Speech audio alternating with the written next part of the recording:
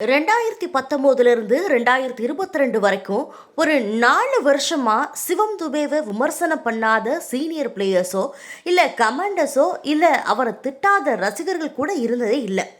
KGF படத்தில் ஒரு dialogue வரும், அவன் பெட்ரோல் மாதிரி, அவனோட எதிரிகள் தீக்குச்சி மாதிரி, எதிரிகள் அதிகமாக அதிகமாக தகதகன்னு பெருசாக எரிவான்னு. அது அப்படியே சிவம் துபேவுக்கு பொருந்தும்.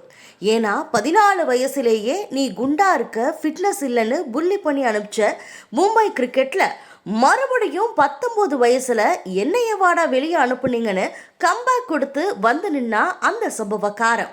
புள்ளி பண்ண எல்லாரையும் வாயடைச்சு போகிற மாதிரி பேட்டிங் பவுலிங்னு மும்பை டீமுக்கு எல்லா ஃபார்மட்லையும் கலக்க அவ்வளவுதான், அப்படியே போயிடுவான்னு நினச்ச எல்லா வாயும் மும்பைக்கான தாதான்னு சொல்ல வச்சாரு சிவம் துபே. ஐபிஎல்ல ஆர்சிபியில் பிக் பண்ணது 2019 இந்தியா டெபியூட்டுன்னு அடுத்தடுத்து வேகமாக போயிட்டு இருந்த சிவம் துபேவோட கிராஃப் மறுபடியும் கீழே விழ ஆரம்பிச்சது. இந்த வாட்டி அவரோட வில்லனா வந்தது அவரோட ஃபுட் ஒர்க். ஃபாஸ்ட் பவுலிங்கில் ஈஸியாக அவுட் ஆகிறது, கூடவே பவுலிங்கில் பெருசாக வேகமும் வேரியேஷன்ஸும் இல்லாததால் T20 நியூசிலாந்துக்கு எதிராக ஒரு ஓவருக்கு 34 ரன் கொடுத்து அதிகமான ரன் ஒரே ஓவரில் கொடுத்த 2வது பவுலர்ன்ற மோசமான சாதனையோட இந்திய அணி அவரை கழட்டி விட, இந்த பக்கம் ஆர்சிபி கழட்டி விட, அடுத்து RR எடுத்து அவங்களும் கழட்டி விட, பத்தாததுக்கு விமர்சகர்கள் ரசிகர்கள் சிவம் துபேவை போட்டு ஃபுட்பால் மாதிரி பந்தாடிட்டு இருந்தாங்க. அப்போதான் 2022 சிஎஸ்கே அவரை ஏலத்தில் எடுத்தாங்க. தோனி பட்டறைக்கு வந்த கத்தி போர்க்களத்துக்கு போகாமல் இருக்குமா என்ன? ஏற்கனவே டீனேஜ்லேயே கம்பேக் கொடுத்த சிவம் துபேவுக்கு சிஎஸ்கேவோட தாரக மந்திரமான உனக்கு என்ன வருமோ அதை ரொம்ப நல்லா பண்ணு, வராத விஷயங்களை பற்றி கவலைப்படாத, இந்த மந்திரமும் தோனின்ற மேஜிக் மேனும் சேர எரிய காத்துட்டு இருந்த சிவம் துபேன்ற பெட்ரோல் மறுபடியும் பத்திக்க ஆரம்பிச்சது. இப்போ என்ன, என்னோட ஃபுட்வொர்க் பிரச்சனையா?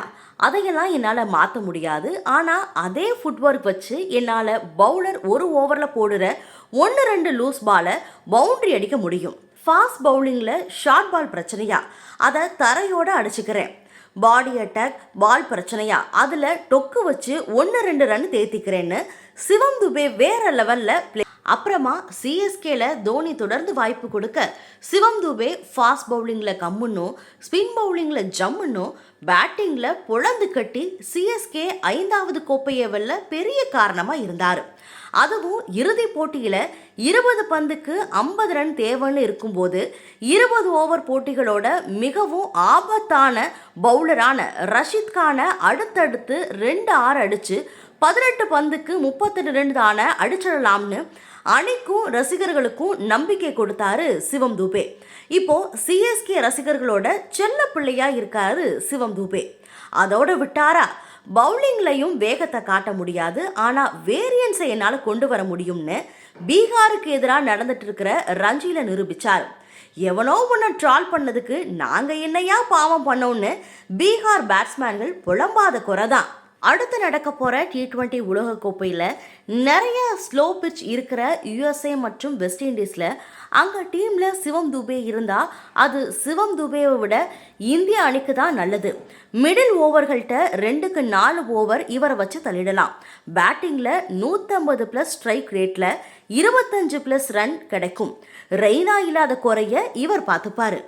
இந்தியா ஆப்கான் முடிஞ்சதும் ரெய்னா சிவம் துபேட்ட அப்போ சிஎஸ்கேல உங்களுக்கு 3 ஓவர் இருக்குன்னு கேட்க, அதுக்கு சிவம் துபே தோனினா ராய்னான்னா சொல்றத கொஞ்சம் கேளுங்கன்னு ஜாலியா சொல்லியிருப்பாரு.